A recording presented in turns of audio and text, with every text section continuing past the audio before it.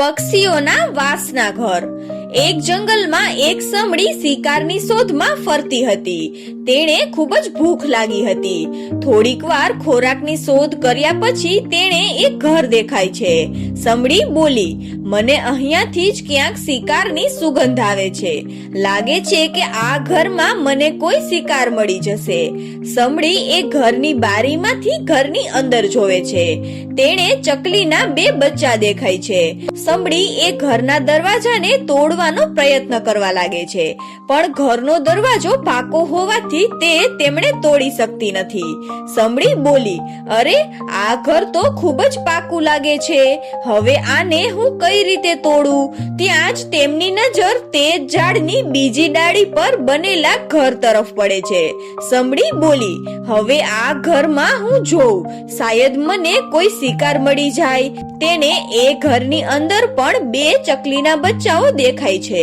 સમડી એ ઘરના દરવાજાને પણ તોડવાનો પ્રયત્ન કરે છે, પણ ઘર પાકું ન હોવાના કારણે ઘરનો દરવાજો સરળતાથી તૂટી જાય છે. સમડી એ બંને બચ્ચાઓને ચાંચ વડે ઘરની બહાર ખેંચી લે છે અને ઘણી ક્રૂરતાથી તે બંને બચ્ચાઓને ખાઈ જાય છે.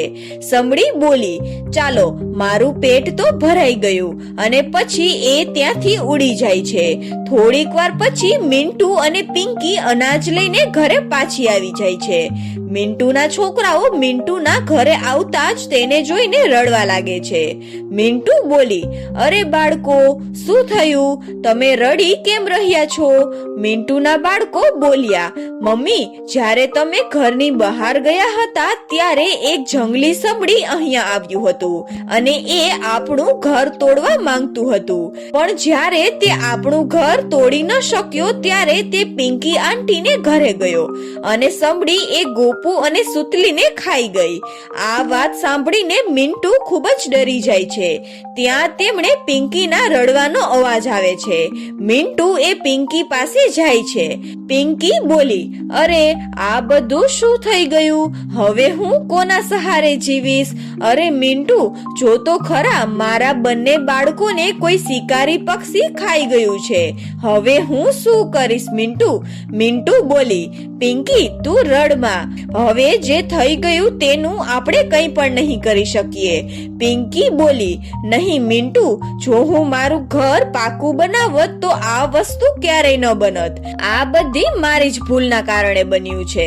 મિન્ટુ બોલી, અરે પિંકી, આમાં તારો શું વાંક છે? પહેલા તું રડવાનું બંધ કર. મિન્ટુ એ પિંકીને સમજાવવાનો ઘણો પ્રયત્ન કરી રહી હતી, પણ એ પણ ખૂબ જ પરેશાન અને દુખી હતી.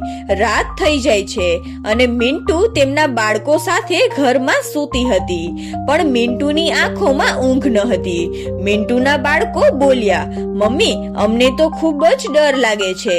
એ શિકારી પક્ષી ફરીથી આવી ગયું તો? મિન્ટુ બોલી, ડરો નહીં બાળકો, હું છું ને તમારી પાસે. બીજે દિવસે એ શિકારી સમડી ફરીથી જંગલમાં પાછું આવે છે. સમડી બોલ્યું, ચાલો, હવે હું મારો શિકાર ગોતીશ. જંગલમાં તો શિકારની કમી જ નથી.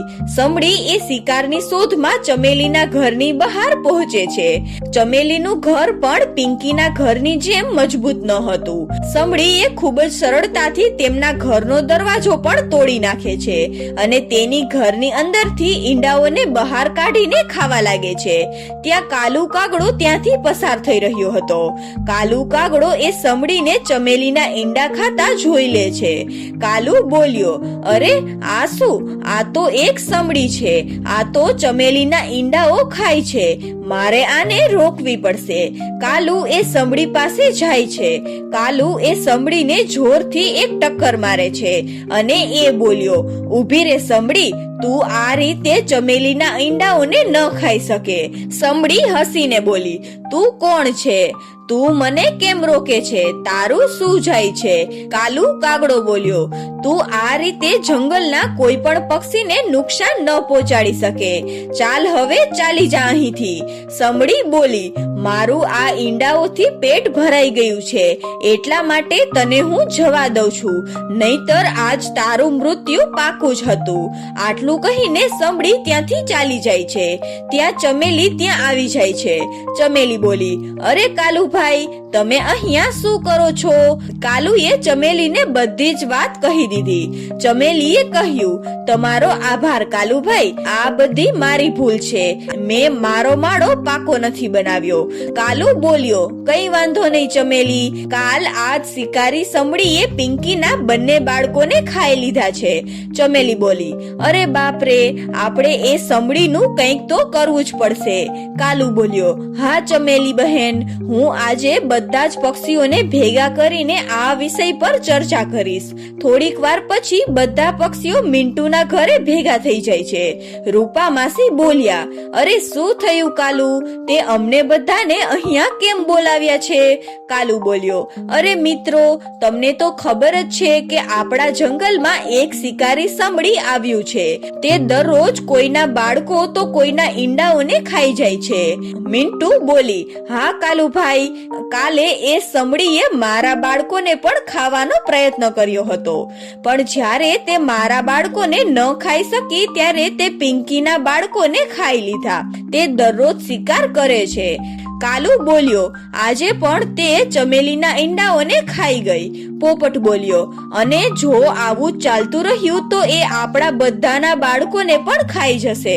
કબૂતર બોલી, તો હવે આપણે શું કરીશું? આપણે તો એ શિકારી પક્ષી સાથે લડી પણ નથી શકતા. કાલુ બોલ્યો, મને તો લાગે છે કે આપણે આપણું જંગલ છોડીને આપણા ઘર બીજા જંગલમાં બનાવવા જોશે. આ જંગલમાં જો કોઈ પક્ષી નહીં વધે ત્યારે તે સમડી પોતે જ ભૂખના કારણે મરી જશે. મિન્ટુ બોલી, હા કાલુભાઈ, મને તો આ વિચાર ખૂબ જ પસંદ આવ્યો. રૂપા માસી બોલ્યા, અરે કાલુ, તારો મગજ તો બરાબર છે ને?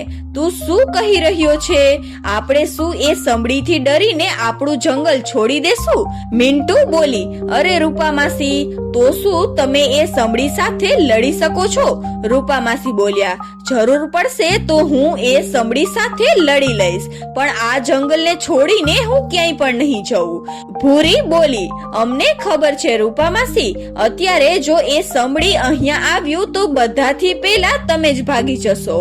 આટલું કહીને ભૂરી એ હસવા લાગે છે. રૂપા માસી બોલ્યા, હા હા, હવે વધારે ન બોલ, ક્યાંક એ સમડી તને જ ન ખાઈ જાય. તમારે બધાને જાવું હોય તો જાઓ, હું એ સમડીથી નથી ડરતી. રૂપા નામ છે મારું. કાલુ કાગડો બોલ્યો, અરે અરે, તમે બધા આમ એકબીજા સાથે લડાઈ ન કરો.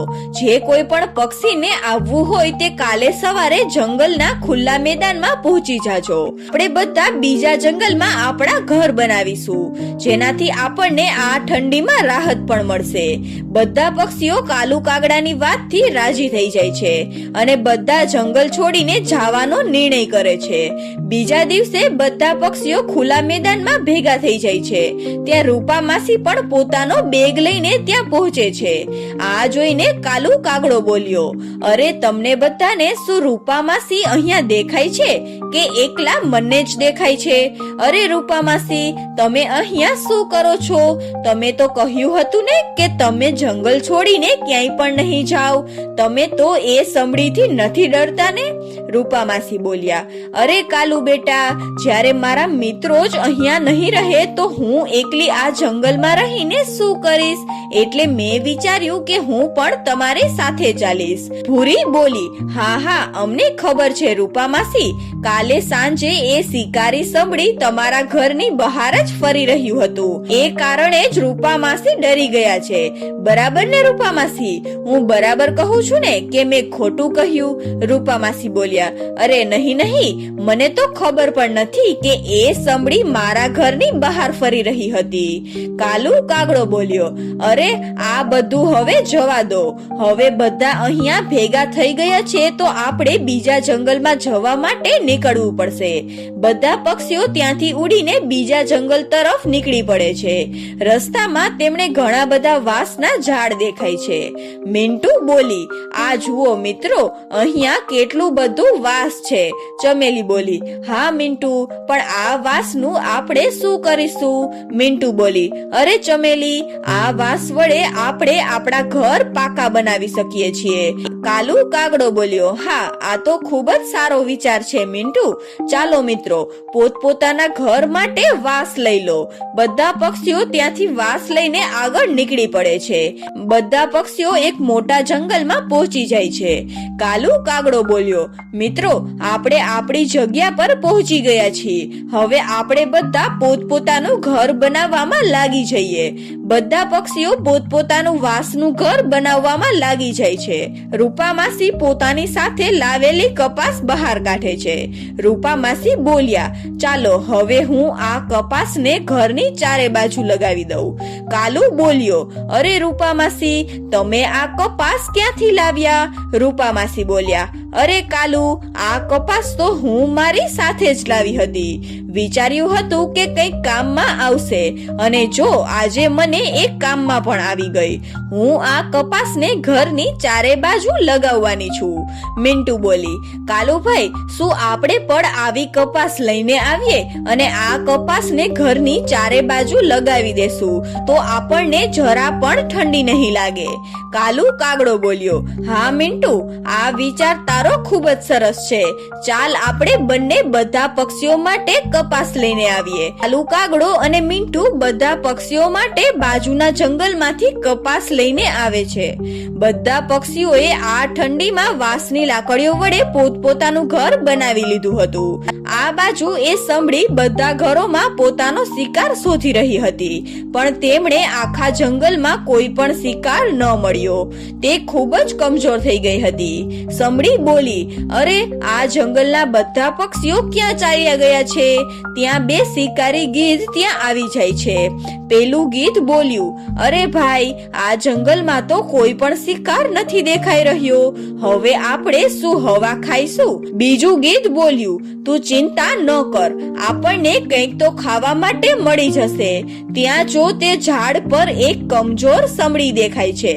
ચાલ મારા ભાઈ, આજ આપણે એક સમડી ખાઈશું. બંને ગીધ સમડી પર હુમલો કરી દે છે અને એ કમજોર સમડી તેમનો સામનો નથી કરી શકતી અને સમડી એ તેમના હાથે મારી જાય છે. તો બાળ મિત્રો, આ વાર્તા પરથી આપણને શીખવા મળે છે કે આપણે કોઈ પણ સાથે ખરાબ ન કરવું જોઈએ. જેવું કરો તેવું ભરો.